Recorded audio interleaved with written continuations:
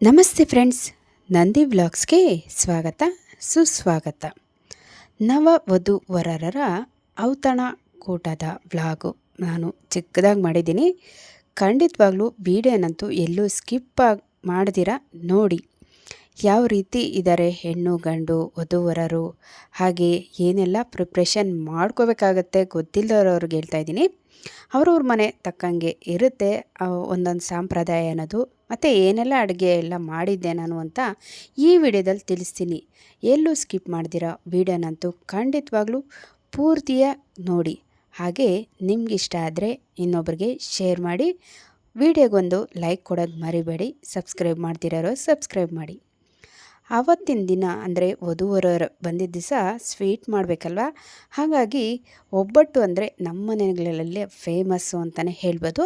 ಈ ರೀತಿ ಒಬ್ಬಟ್ಟಿಗೆ ಬೇಳೆ ಎಲ್ಲ ಬೇಯಿಸ್ಕೊಂಡು ಕ್ಯಾರಿಗೆ ಹಾಕ್ತಾಯಿದ್ದೀನಿ. ಏನಕ್ಕಪ್ಪ ಅಂದರೆ ಮಿಲ್ಲಲ್ಲೇ ರುಬ್ಕೊಬರೋಕ್ಕೆ, ಮಿಕ್ಸಿನಲ್ಲಿ ರುಬ್ಬಲ್ಲ, ಹಾಗಾಗಿ ರುಬ್ಬೋ ಮಿಷಿನಲ್ಲಿ ರುಬ್ಕೊಬರ್ತೀವಿ.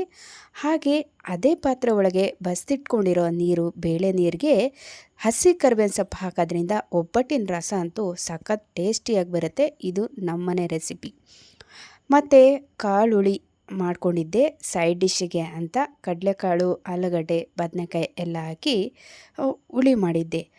ಇದನ್ನು ಕಾಳುಗೊಜ್ಜು ಸಹ ಅಂತಾರೆ. ಬೇಳೆ ಬೇಯಿಸಿರೋ ಪಾತ್ರೆಯಲ್ಲೇ ರಸಮ್ ಮಾಡೋದ್ರಿಂದ ಇನ್ನೊಂದು ಟೇಸ್ಟ್ ಬರುತ್ತೆ ಅಂತಲೇ ಹೇಳ್ಬೋದು. ರಸಮ್ ಅಂತೂ ಈ ರೀತಿ ಇದೆ ರಸ. ಅಷ್ಟರೊಳಗಾಗಿ ವಧುವರರು ಅಂದರೆ ಗಂಡು ಹೆಣ್ಣು ಸಹ ಬಂದರು. ಅವ್ರದ್ದು ನಿಯರ್ ಬೈಯೇ ಇರೋದ್ರಿಂದ ಬೇಗನೆ ಬಂದರು ವಧುವರರು. ನಾನು ಆಲ್ರೆಡಿ ಅರ್ಧನೇ ಅಡುಗೆ ಮಾಡಿದ್ದೆ. ಟೈಮ್ ಬಂದು ಒಂದು 11ರಿಂದ 11:30 ಆಗಿತ್ತು. ಊಟದ ಸಮಯಕ್ಕೆ ಇನ್ನೂ ಟೈಮ್ ಇತ್ತು ಅಂತ ಹೇಳ್ಬೋದು.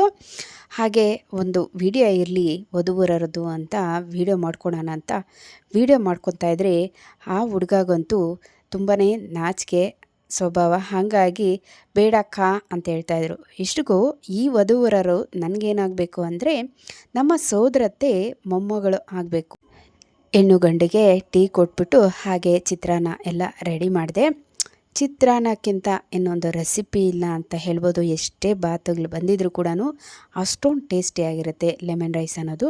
ಹಾಗೆ ಒಬ್ಬಟ್ಟಿಗೆಲ್ಲ ಪ್ರಿಪ್ರೇಷನ್ ಎಲ್ಲ ಆಗಿತ್ತು. ಹೂರಣ ಎಲ್ಲ ರೆಡಿಯಾಗಿ ಕಣ್ಕ ಅಂದರೆ ಮೈದಾ ಎಲ್ಲ ರೆಡಿ ಮಾಡಿಕೊಂಡು ಈ ರೀತಿ ಬಾಳೆ ಎಲೆ ಮೇಲೆ ಒಬ್ಬಟ್ಟು ತಟ್ಟಿ ಹೆಂಚು ಮೇಲೆ ಹಾಕೋದ್ರಿಂದ ಅದು ಫ್ಲೇವರು ಚೆನ್ನಾಗಿರುತ್ತೆ. ಹಾಗಾಗಿ ಟೇಸ್ಟು ಸಹ ಅದ್ಭುತವಾಗಿರುತ್ತೆ.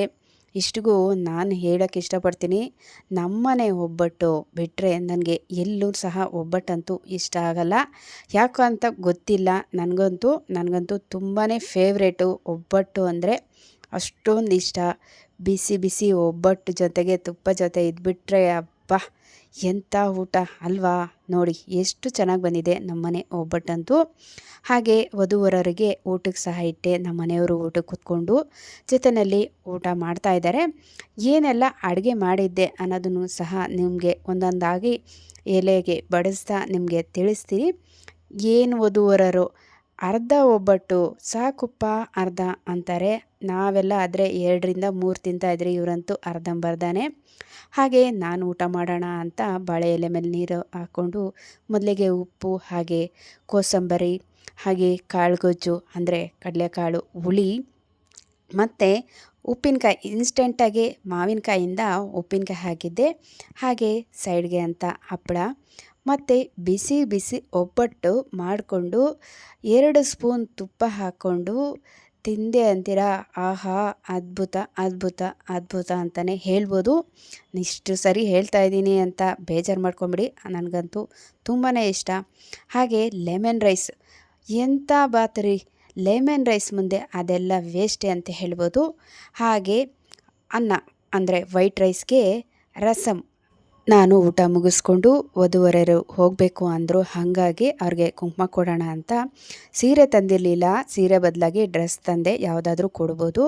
ಎಲೆ ಅಡಿಕೆ, ಒಂದು ಕಾಯಿನು, ಬಳೆ, ತೆಂಗಿನಕಾಯಿ, ಹೂವು, ಅರಿಶಿನ, ಕುಂಕುಮ. ಹಾಗೆ ಹುಡುಗನಿಗೂ ಅಷ್ಟೇ ಎಲೆ ಅಡಿಕೆ, ಒಂದು ಕಾಯಿನು, ತೆಂಗಿನಕಾಯಿ ಕೊಡಬೇಕಾಗುತ್ತೆ. ದಕ್ಷಿಣ ಫಲ ತಾಂಬೂಲ ಅನ್ನೋದು ಶಾಸ್ತ್ರ ಆಗಿರುತ್ತೆ.